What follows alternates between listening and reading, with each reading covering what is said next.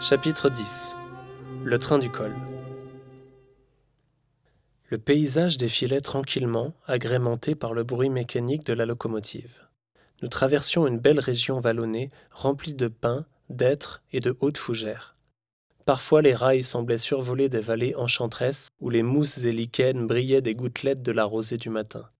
Les aigles majestueux dessinaient des cercles aériens et des cerfs présentaient au soleil leurs bois somptueux. Plus qu'une idylle, la nature démontrait ici son incroyable mariage avec les éléments. Mon wagon montrait des signes de vieillesse. Le bois des banquettes, peint en rouge et noir, commençait à se craquer et se tordait. Certaines vitres manquaient et le tapis du couloir devenait paillasson. Malgré l'apparence délabrée du train, je me sentais confortablement installé. Le charme cosy et désuet de la machine m'apaisait et permettait de savourer la beauté du voyage. Vers midi, le train s'arrêta dans une petite gare de campagne. Sur le panneau du quai, je pouvais lire l'inscription. Dernier arrêt avant les Monts Bleus. Le train siffla et s'apprêtait à repartir lorsque la tranquillité de l'habitacle fut rompue par le ronchonnement de minuit. Saleté de bazar mal fichu! Je me levai pour aider la jeune fille surchargée à monter ses bagages dans le wagon vide. Minuit était une fille de la montagne. Son vocabulaire était une offense au langage. Je me permets donc de transcrire ici ces paroles pimentées. Ses yeux malicieux en amande pouvaient vous dévisager pour vous fendre comme une bûche de bois. Ses longs cheveux restaient toujours lises et noirs, malgré la neige et les bonnets de laine. Elle s'assit face à moi, posa une jambe entière sur la banquette et retira les bretelles de sa salopette. Sa police était bronzée et brillait. À cause de l'effort du chargement, 2 feux de pommettes venaient de s'allumer sur son visage. Elle retira avec vigueur son énorme pull trop serré en levant les bras. Dans la lancée du mouvement, son juste corps se souleva si haut qu'il découvrit sa poitrine. Elle se rajusta et jeta le vêtement, puis souffla sur sa mèche. Je détournai le regard vers le sol. « Ben quoi, mon cœur, t'as jamais vu des nénés ou quoi ?»« Si. Enfin, non. Jamais ceux d'une jeune femme, en fait. Ça sert à faire du lait et ça fait mal en fin de mois. Voilà, les présentations sont faites. » Je rigolais nerveusement. Mon nez coula et je dus renifler un bon coup. « Vous habitez ici ?» demandai-je poliment. « Oh là, je t'arrête tout de suite, tête d'andouille. On va passer 6 mois ensemble, alors tu vas pas commencer à me snober.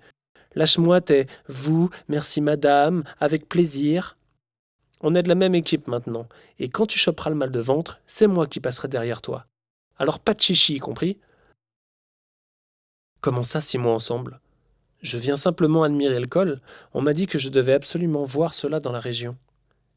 Elle éclata de rire, et ses immenses dents blanches me rappelèrent la nacre des coquillages. Mais beau gosse, il n'y a qu'un train tous les 6 mois qui monte là-haut à la bergerie, et tu es dedans. Le baron devait m'envoyer un lascar pour m'aider au travail saisonnier avec les bêtes. J'avais demandé un brin bien gaulé, et je reçois du blondinet boutonneux. Bien ma veine, ça. En tout cas, il s'est pas moqué de toi. Faut absolument voir ça dans sa vie.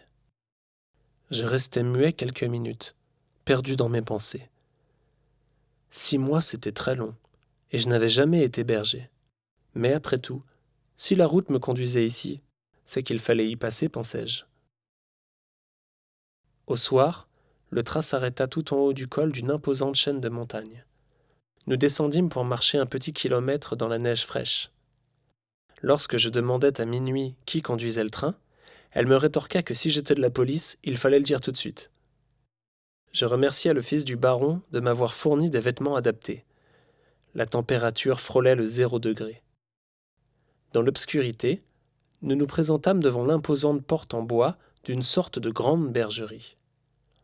2 énormes gaillards nous précédaient. Ils avaient gardé les bêtes durant l'été, et nous venions leur succéder à la tâche pour l'hiver. Ils reprirent le train, qui continuait sa route de l'autre côté du col. Minuit me fit le tour du bâtiment qui se composait de notre habitation rudimentaire avec cheminée et mezzanine, d'une grande bergerie avec une 50aine de chèvres brunes et d'un immense atelier qui servait de salle fourre-tout. L'ensemble sentait fortement le pain, la fumée et les animaux. Les murs de pierres et de rondins de bois ne manquaient pas de charme. Pour les sanitaires, il y avait une cabane collée à la bâtisse. La jeune femme m'expliqua la technique pour ne pas finir congelée la nuit. Proche de l'immense cheminée, se tenait une grande bassine de fer qui servait de baignoire. Le coin nuit comptait 2 lits et armoires de bois auxquels on accédait par une échelle tordue. Après une nuit dans cette maison perdue, je compris que le sec et la chaleur allaient devenir mes meilleurs alliés. 6 mois dans les Monts Bleus.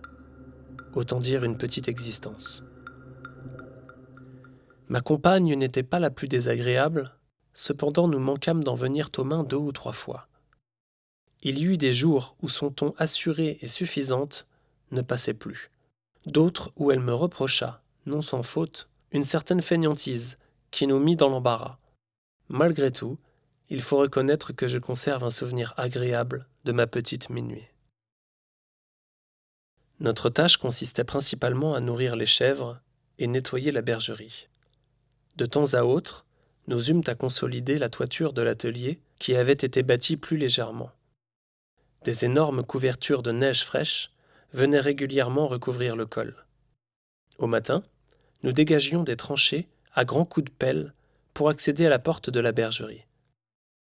Il y avait les ballots de paille à transférer du haut en bas, les crottes à récurer, les chèvres à traire pour notre petit déjeuner, les immenses bûches à scier, fendre, ranger, et le feu à entretenir.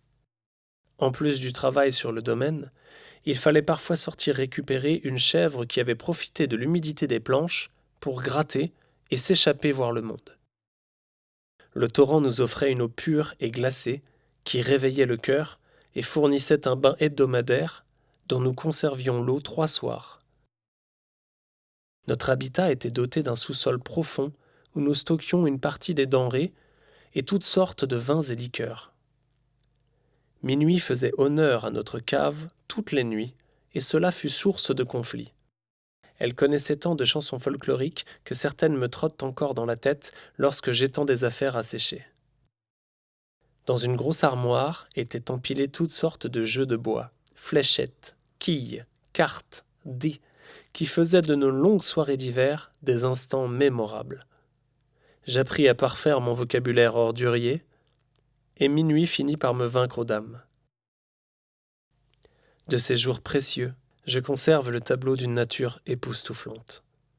Des mers de nuages rouges aux aurores, de tonnes de poudreuses légères comme la crème pâtissière à se noyer dedans, des rafales de vent à faire s'envoler des billots de bois, des léchouilles râpeuses et du goût du lait tiède de nos compagnons à cornes.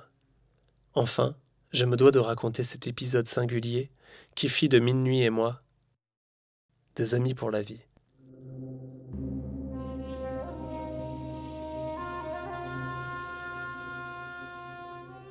Chapitre 11.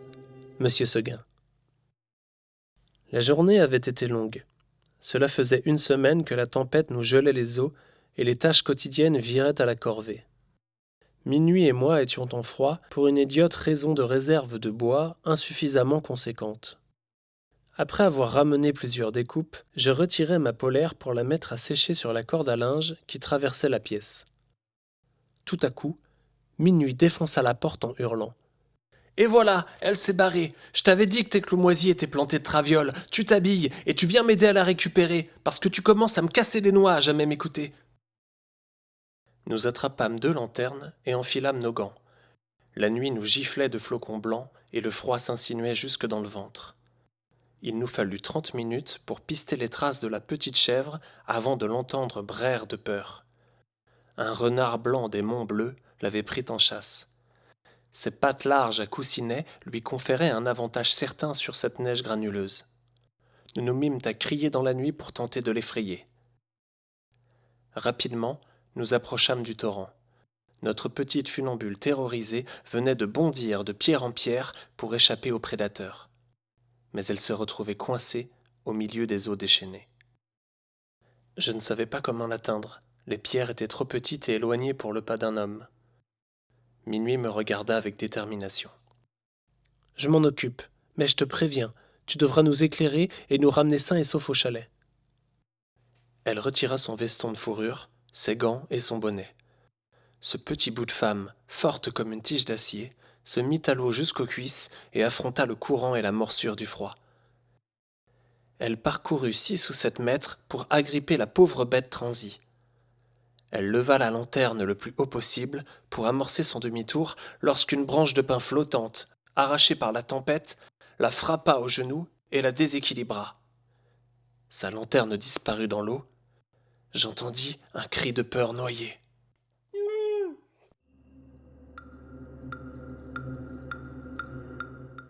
J'étais seul dans ma bulle de lumière, face aux eaux noires qui déferlaient devant moi.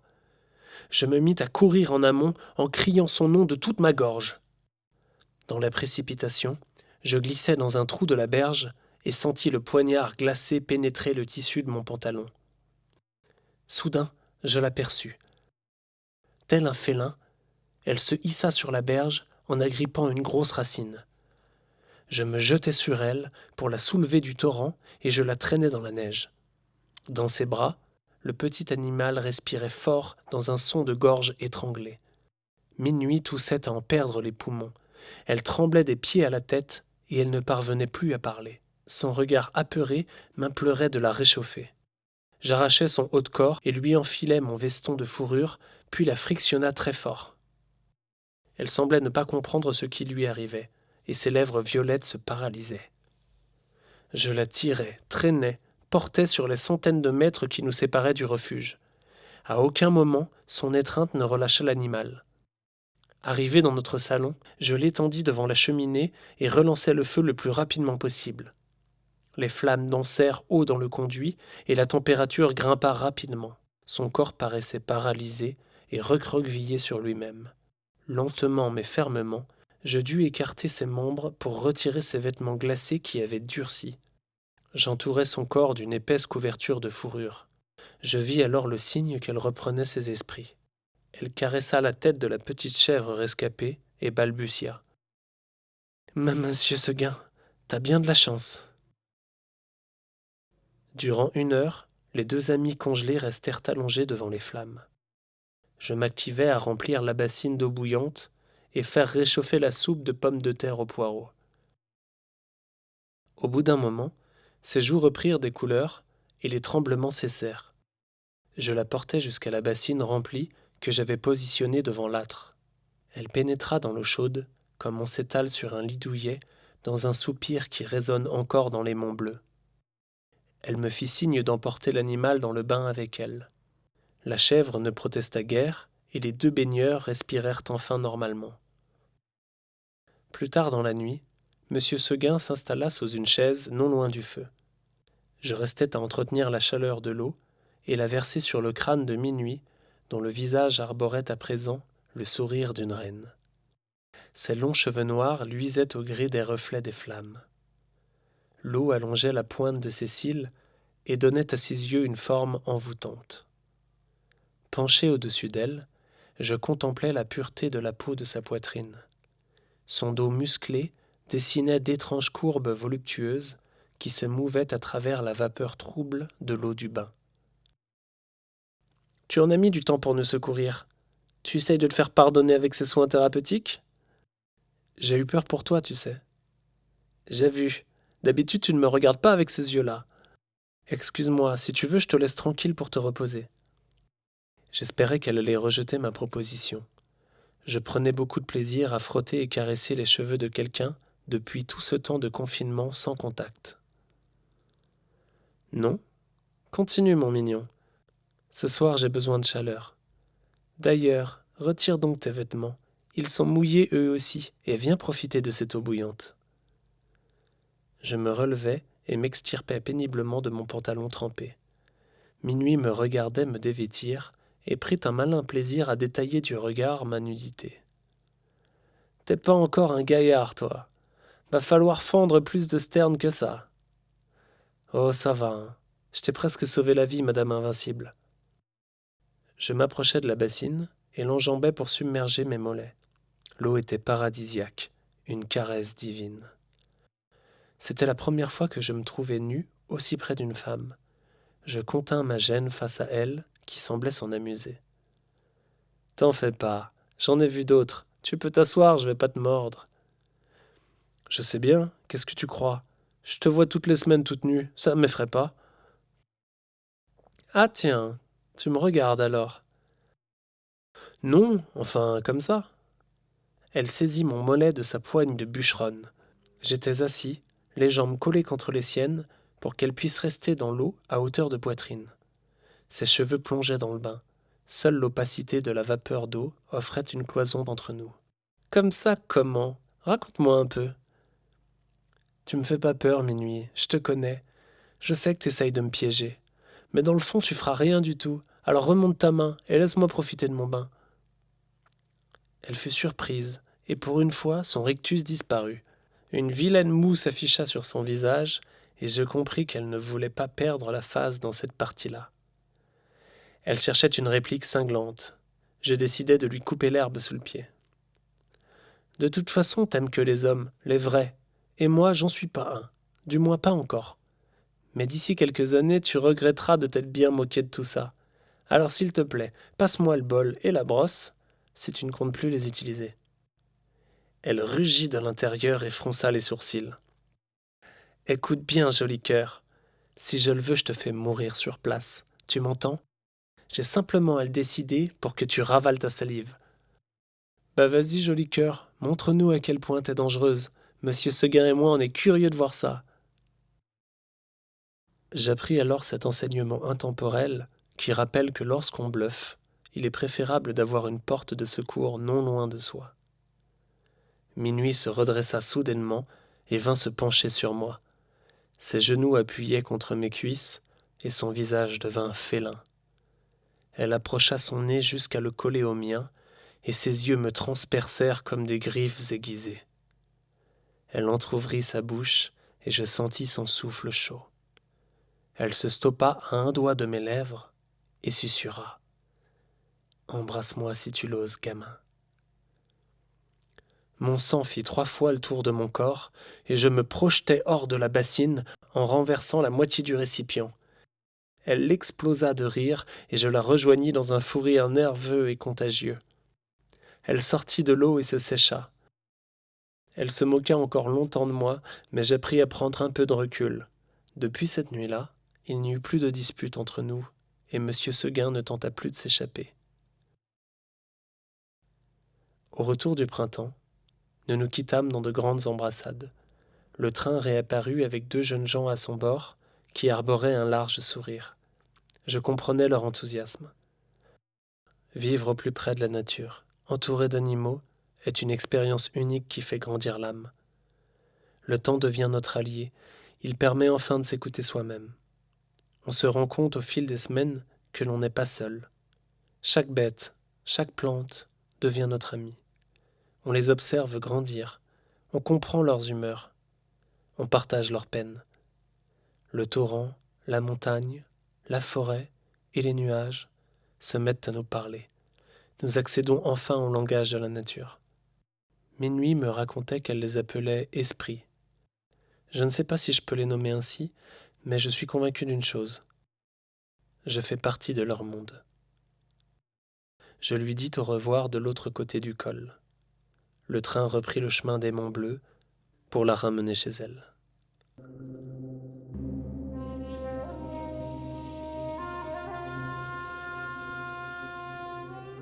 Chapitre 12. Le garçon du café d'antan.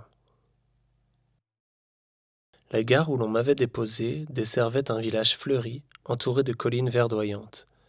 Sur la place du village, on trouvait d'énormes marronniers qui offraient de larges ombres.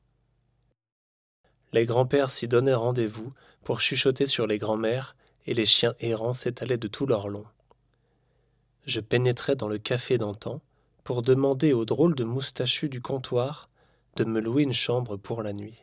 Lorsqu'il apprit que j'étais berger, il m'installa confortablement et m'offrit le couvert.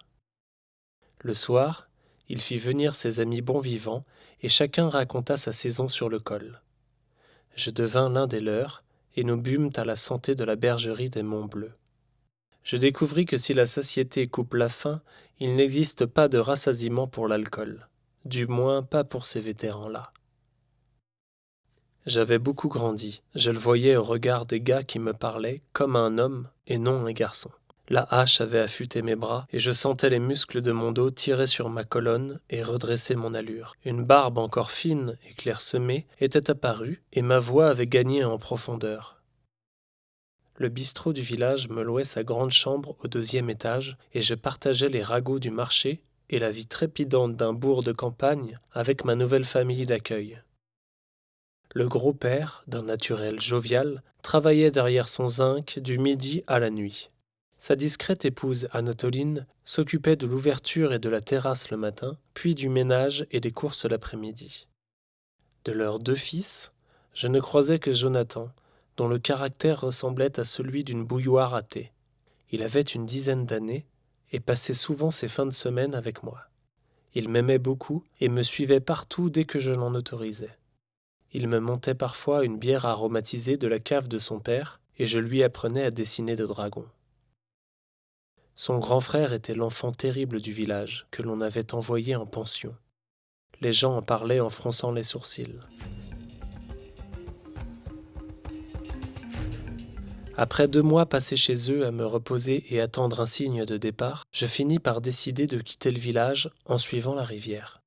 Mes camarades voûtés m'avaient raconté qu'il était possible de naviguer en embarcation légère et qu'un lac immense ne se trouvait qu'à quelques dizaines de kilomètres. La dernière semaine, j'échangeais mes compétences en peinture de volets contre un vieux canoë qui pourrissait dans le cabanon de jardin de l'un des habitués du bistrot. Jonathan était agité et passait de plus en plus de soirées avec moi. Quelques soirs, il s'endormait sur ses dessins et je le portais à sa mère jusqu'au 1er étage pour qu'elle le couche. Il avait la même peau blême que les gens qui ont des carences alimentaires.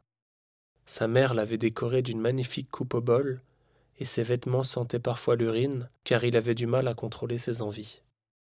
Peu avant mon départ, je le sentais constamment surexcité et il piquait des crises pour tout et n'importe quoi.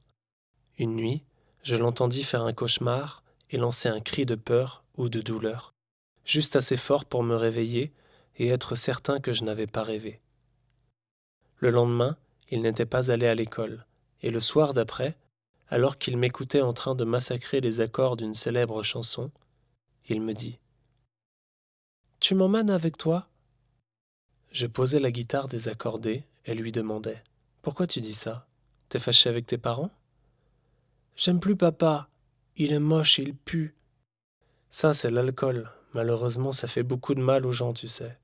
Et ton papa, c'est son métier d'en servir, alors c'est difficile pour lui de résister. À cette époque, je n'avais pas encore l'habitude de percevoir les mots qui désarment. Aujourd'hui, hélas, je ne les ai que trop entendus. Son ventre, il est trop gros, et son zizi, il est moche et il pue. Pourquoi tu as crié hier soir dans la nuit?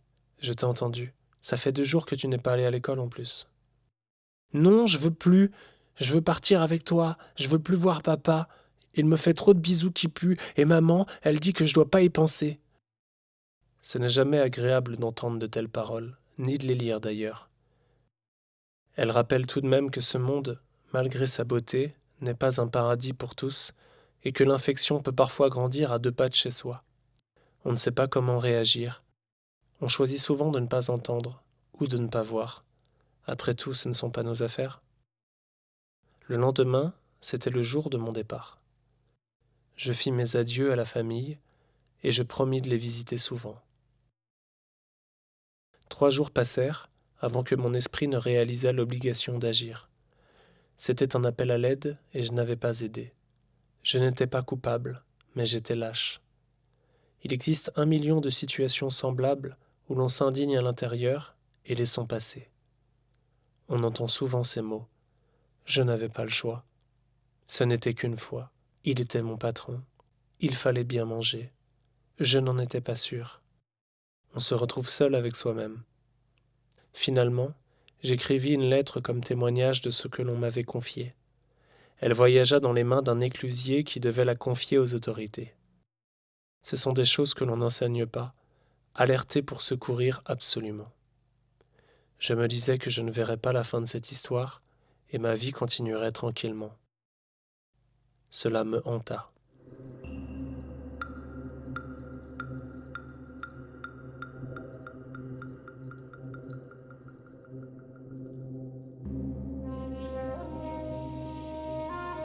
Chapitre 13. La rencontre. Je descendais la rivière qui portait mon canoë au rythme d'un courant soutenu. Je profitais de la beauté de la faune aquatique qui s'épanouissait dans cet environnement entièrement naturel. Les berges s'affaissaient sous le poids des saules et les murs de framboisiers, orties et fougères offraient un rempart végétal. De temps à autre, j'apercevais de discrets trous dans la terre qui conduisaient dans le monde souterrain des ragondins. J'imaginais ce labyrinthe de cavités enchevêtrées de racines, contournant les roches et débouchant sur de petites salles de réserve pour la rude saison. Les poissons filaient comme des flèches dans l'eau translucide. En fin d'après-midi, les truites sauvages, aux couleurs arc-en-ciel, se mettaient en chasse pour gober les insectes volants qui, par nuées, venaient effleurer le fil de l'eau. Tôt le matin, les martins pêcheurs aux plumes fluorescentes se lançaient dans un concours de plongeons magistraux. Ils piquaient de leur bec les jeunes épinoches, encore endormis, qui n'avaient pas songé que la menace viendrait d'en haut. De grosses chevelures d'algues vertes dansaient entre les roches et des bouquets de nénuphars géants conféraient à la rivière sa beauté féerique. Parfois, les crues avaient aplani les rives des courbes du lit. Elles s'étaient alors transformées en petites plages sauvages. J'y croisais des ânes qui me toisaient de leurs hautes oreilles touffues. Ils profitaient de la fraîcheur du lieu pour venir se désaltérer. J'ai toujours aimé les ânes, leur caractère est tant affirmé qu'ils deviennent le maître de l'homme. Ils choisissent leurs horaires et leurs itinéraires, et gare à celui qui ne remplira pas correctement le seau de carottes. Il chômera 2 jours durant sans pouvoir leur faire lever un seul sabot de terre. Minuit m'avait d'ailleurs confié qu'elle ne prenait pas de mari, car elle avait déjà un âne à supporter. Après 3 jours de descente, mon embarcation découvrit des eaux calmes. La rivière s'élargissait, puis elle débouchait dans une généreuse vallée de pins qui sentait très fort la résine. Au centre de celle-ci dormait un immense lac aux couleurs émeraude et bleu ciel. Une petite île de conifères trônait en son milieu. Elle semblait lointaine et très dense. Le lac me parut profond. Mes coups de pagaie faisaient ricocher des échos dans la vallée et les ondes venaient réveiller une foule de grenouilles. Je cherchais un endroit pour débarquer facilement lorsque j'aperçus une jolie plage.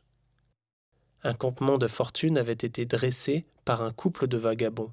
Ils me firent signe d'accoster et m'invitèrent à passer la nuit ici. Une sensation de bien-être coupé du monde se dégageait de ces 2 êtres et j'acceptai avec plaisir.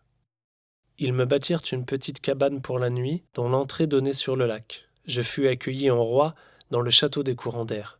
Le sol était jonché d'épines de pin sèches qui craquaient sous les pieds. La terre noire fourmillait de vie et conservait une tiédeur naturelle. Le campement se composait d'un coin cuisine au grand air et d'une tente artisanale de perches de bois, soutenue par des pierres, et d'un grand tissu blanc qui protégeait des averses. Le couple avait également construit un radeau de rondins avec lequel il partait pêcher ou rêver sous les étoiles. Ils ne semblaient pas avoir d'âge. Ils riaient comme des gamins et s'aimaient comme des ados. On eût dit qu'ils faisaient partie intégrante de cette vallée et que quelque chose de céleste les unissait. Leurs regards se figeaient l'un sur l'autre et le monde entier n'existait plus. Je restais là, fasciné, à les contempler devant le feu et j'écoutais leur récit de voyage. Au matin, une légère brume habillait le lac. Rapidement le soleil perça et la chaleur nous enveloppa. Je regagnai mon canoë alors que les 2 dormaient encore. À l'intérieur, je découvris un petit coquillage qui avait été peint et gravé. Mes hôtes excellaient dans toutes sortes d'arts et spécialement dans la décoration des matières brutes. Je ne voulais pas les réveiller pour les remercier. Je ne préférais pas les déranger. Ils vivaient l'un pour l'autre, hors de ce monde et hors de ce temps, et c'était une belle chose. Plus qu'un cadeau, cette rencontre m'inspira pour la vie. Je conservai le coquillage dans mon sac et en pris soin le plus longtemps possible.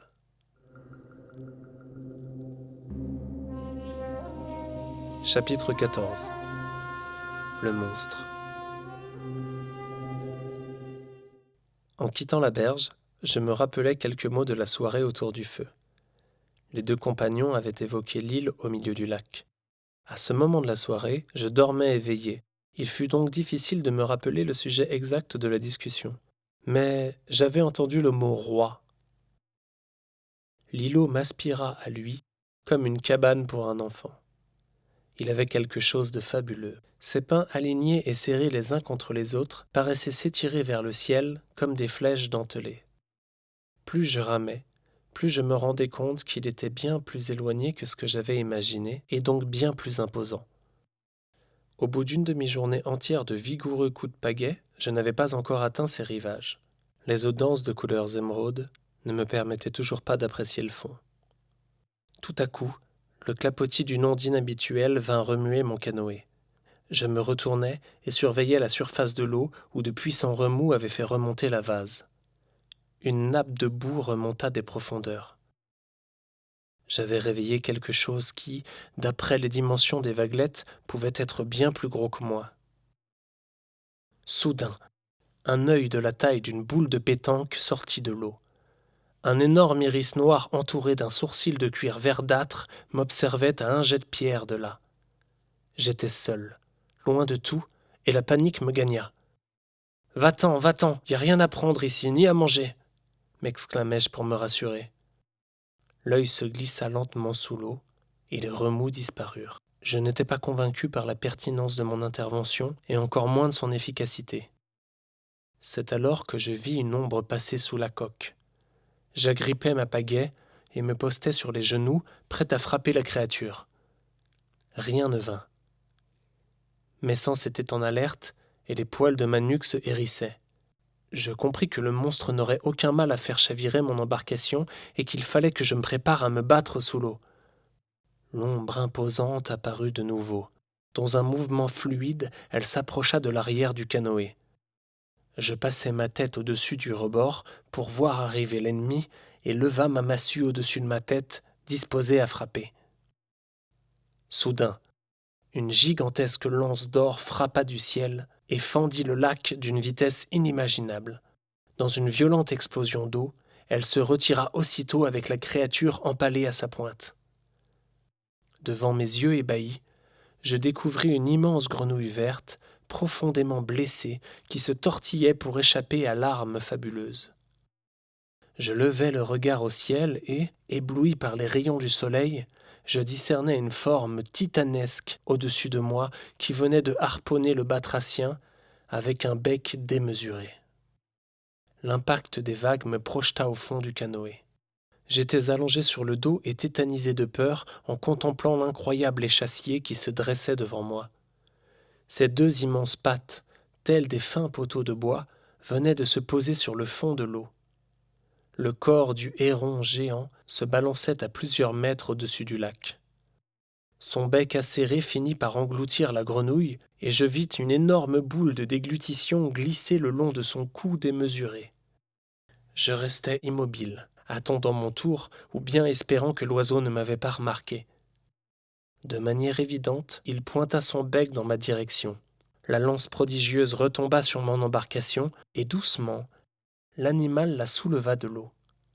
Je fus déséquilibré et renversé dans le lac. C'est alors que je ressentis comme une poutre de bois me percuter sous l'eau et je m'y agrippais. L'oiseau plia sa gigantesque patte sur laquelle j'avais pris appui.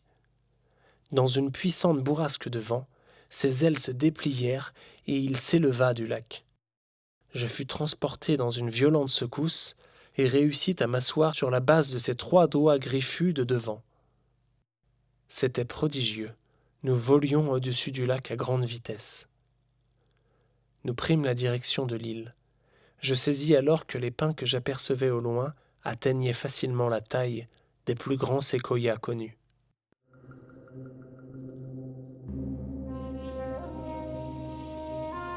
Chapitre 15. Le jeune roi. Le vol fut brutal. Chaque coup lié au battement d'ailes me soulevait l'estomac. Par ailleurs, les prises sur les pattes géantes de l'animal étaient difficiles à maintenir et la peur de tomber d'une centaine de mètres de haut me paralysait les muscles jusqu'à les tétaniser. Enfin, nous gagnâmes le toit d'un immense pin dont les plus hautes branches avaient été cassées, tordues, réarrangées et assemblées avec d'autres matériaux pour former un large nid circulaire à la cime de cette forêt millénaire. L'arbre était exceptionnel. Son tronc devait avoir la masse d'une dizaine de chênes d'âge mûr. Ses épines faisaient la longueur de mon avant-bras et l'odeur de résine embaumait le nid. Le héron se posa aux abords de l'échafaudage géant et une voix humaine m'interpella. « Descends, allons donc vite, descends de là, elle va repartir !» Au centre du nid, dans un fourbi monumental d'os, de plumes et de coquilles géantes brisées, se tenait un homme torse nu qui me faisait signe de le rejoindre. Je relâchai la patte du héron et je sautai à sa rencontre pour m'éloigner le plus possible de l'échassier géant. Ce dernier reprit son envol dans un fratras de branches cassées et quitta le nid. Le jeune homme m'enlaça et me tapa amicalement dans le dos avec un large sourire. Encore sous le choc des événements, je le questionnais en balbutiant. Quel est cet endroit incroyable ? Bienvenue, mon gars, bienvenue chez moi. C'est la terre libre de l'île aux hérons. Le meilleur endroit qu'il soit pour faire ce que l'on veut, quand on veut et comme on veut. Ah, oui, je vois cela, dis-je en jetant un œil au vide qui nous séparait du sol. Est-on également libre de descendre alors ? Car ici j'ai un peu le vertige, et l'arbre semble se balancer dans le vent. T'en fais pas, mon gars, c'est du solide. Les oiseaux d'ici sont de sacrés bricoleurs en ce qui concerne leur nid. Et sinon, merci d'avoir accepté l'invitation. Je t'ai vu au loin approcher sur ton bateau, et j'ai demandé à mon oiseau d'aller te récupérer. J'avais peur que tu refuses. L'invitation n'était pas très claire, à vrai dire. J'ai surtout eu peur d'être dévoré. Oui, oh bah t'en fais pas. Elle ne mange que des grenouilles et des poissons-chats, cette goinfre-là. Tu n'es pas au menu, j'en suis la preuve vivante. Elle ne m'a jamais fait de mal. Tu vis ici, dans le nid de cet animal géant ? Mais tu es là depuis longtemps ? Oh bah... Depuis 3 ans, je dirais. Ou 4. Je ne sais plus. Je m'en fiche en fait. Il n'y a pas de calendrier ici. Pas de lundi. Et pas de rentrée. Haha. Son insouciance me fit rire avec lui. Son visage me plaisait. Je le trouvais amical. Son regard assuré semblait rempli du vent de la liberté. Il avait sans doute réalisé lui-même ses vêtements en assemblant du tissu et des plumes et s'était confectionné une couronne avec des épines tressées et du duvet. Je pensais qu'il était plus jeune que moi, mais sa musculature était celle des grimpeurs, et sa mâchoire dessinée lui conférait le charisme des super-héros. Son grand air lui avait donné l'apparence de l'homme sauvage, comme Tarzan. « Cet oiseau est ton ami ? Mais comment est-ce possible ?»« Ma meilleure amie, tu veux dire ? Un jour, après m'être enfui de chez moi, je me suis aventuré sur cet îlot perdu. J'étais en train d'essayer de me faufiler à travers d'énormes buissons et ce fichu tapis d'épines de pin, lorsque j'ai découvert un œuf de la taille d'une calèche. Je me suis endormi à ses côtés et je l'ai entouré de mousse. Je crois qu'il était tombé d'un nid, ou volé par un animal qui l'avait égaré. Enfin bon, moi, je l'ai défendu contre les serpents, les insectes et les orages. Lorsqu'il a éclos, je suis devenu naturellement un membre de sa famille. Et nous voilà, le roi de cette île et son dragon à plumes. Depuis, les autres hérons me laissent tranquille. Je décide de faire tout ce que je veux avec Juna. Oui, elle s'appelle Juna. C'est elle qui a choisi son nom. Comment a-t-elle fait ? Tu communiques avec elle ? À peu près, oui. J'ai passé un long moment à lui proposer des prénoms, et c'est le seul auquel elle a répondu en poussant son cri. Maintenant, elle reconnaît ma voix, et elle sait quand je l'appelle. Nous sommes comme des frères et sœurs. Nous partons souvent voler tous les deux. Nous partageons tout. Si tu survoles souvent le lac, tu dois connaître le couple qui vit sur les berges d'en face alors. Haha, oui, je les connais ces deux-là. Ils sont venus une fois, et je les vois souvent dormir sur leur radeau au milieu du lac. Ils sont drôles, ils ont oublié le temps. Je crois qu'ils sont restés là depuis un long moment. Le garçon me fit le tour du nid qui ressemblait plus à un immense débarras de toutes sortes de branches, de pierres, de morceaux de tissu et d'ossements de grenouilles. Au bord de celui-ci, il s'était confectionné une grande hutte de branchages, de plumes et de duvets, à l'intérieur de laquelle il dormait. Il me montra comme un trophée les restes du crâne d'un serpent dont les crocs ressemblaient à 2 sabres. Dans un coin se trouvait un vieux cartable de cuir et quelques vêtements roulés en boule qui servaient d'oreiller et de serviette. Il se déplaçait en sautillant et ne cessait de gesticuler.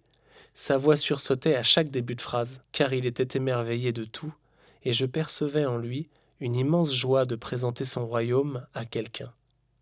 J'étais admiratif de la vie qu'il menait. « C'est vraiment incroyable que tu vives ici, dans cet arbre, et tout seul. » Juna est souvent avec moi. Nous ne sommes pas seuls. Tous les jours, nous partons surveiller le royaume.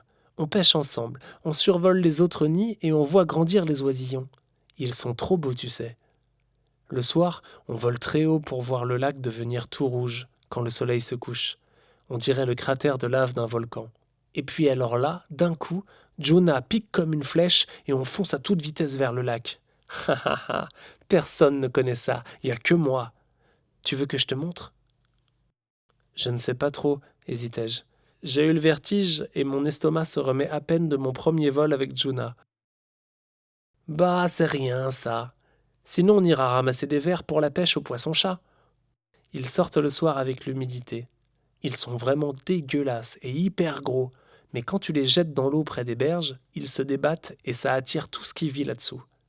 Il n'y a plus qu'à attendre, et Juna se charge de les harponner. Haha, on est trop fort à la pêche.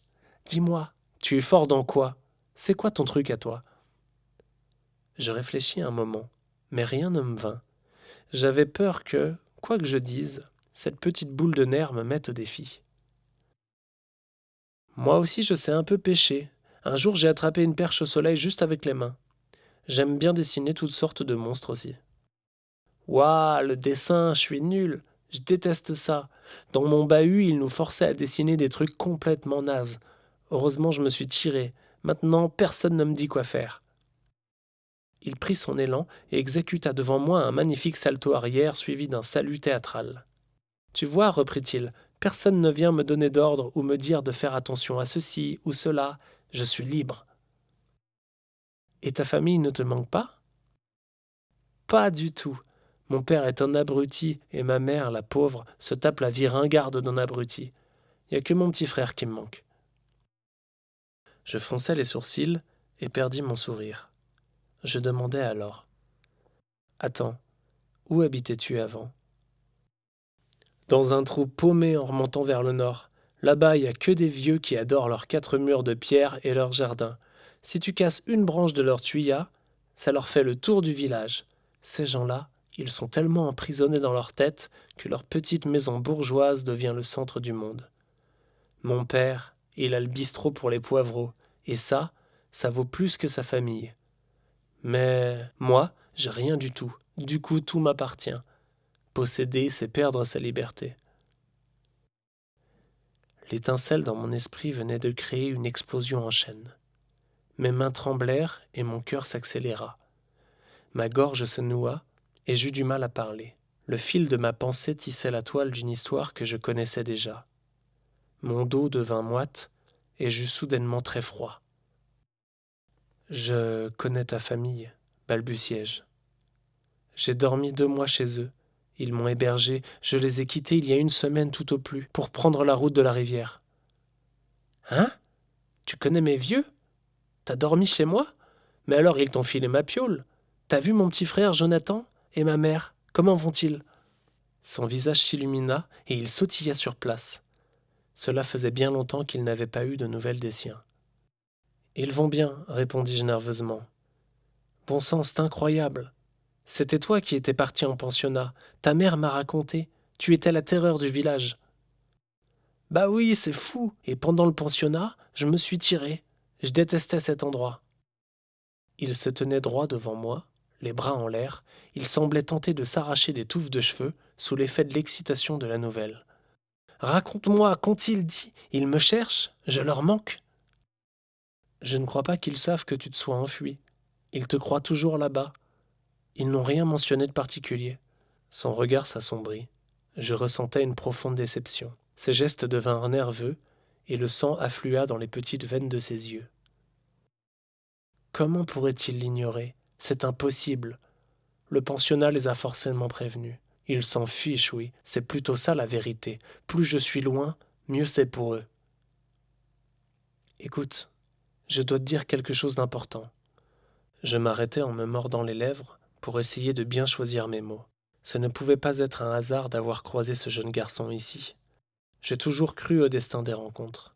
Cette fois-ci, je me devais de prendre mes responsabilités.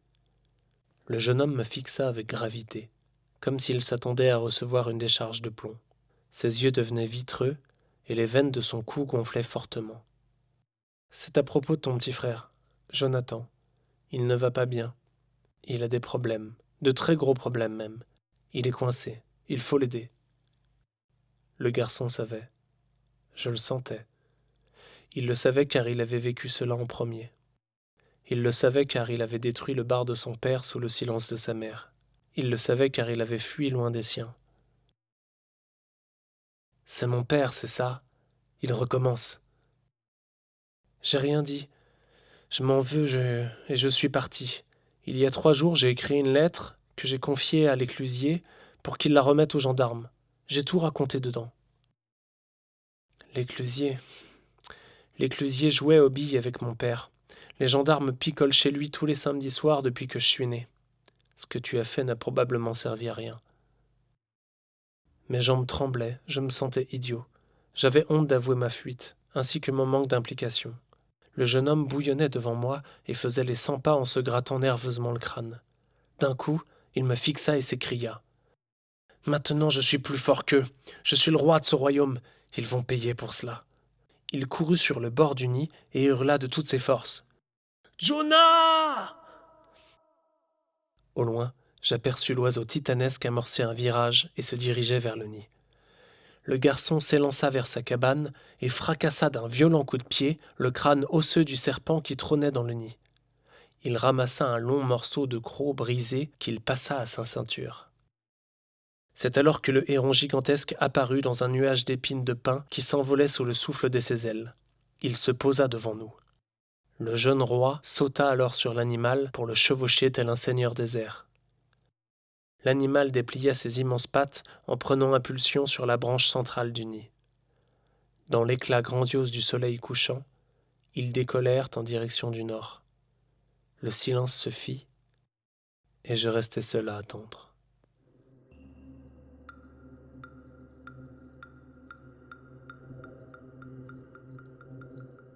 Je m'étais endormi dans la cabane lorsque la lumière réapparut. Je guettais le nord une partie de la matinée, puis, sur les environs de midi, je discernais la silhouette du fabuleux dragon de plumes qui semblait danser dans le vent. Le héron dessinait des courbes et des figures dans le ciel. Il piqua soudainement pour aller raser le fil de l'eau. C'est alors que je la vis. Le roi et son petit frère criant de bonheur, fermement accrochés au col de l'animal. Le ballet dura longtemps avant qu'il ne se décide à se poser dans le nid. Jonathan se jeta dans mes bras. Je me mis à pleurer comme jamais en lui demandant pardon. Son frère nous enlaça d'une étreinte qu'on ne ressent que rarement dans sa vie. Nous pêchâmes ensemble quelques nuits et dansâmes autour du feu. J'appris à sauter dans l'eau d'une hauteur qui dépasse l'entendement. Je me sentais de leur famille. La vie coula sur nous comme un ruisseau sur la montagne. Des jours heureux et insouciants qui offrent aux vies empoisonnées un peu de remède. Au bout de quelques jours, je ressentis le besoin de reprendre mon voyage. Le roi me proposa alors que Jonah m'accompagne là où je souhaiterais être déposé. L'oiseau me connaissait bien à présent, nous avions confiance l'un dans l'autre. Je fis des adieux, comme le font des frères qui le savent que le temps passe trop vite. Fin de la première partie.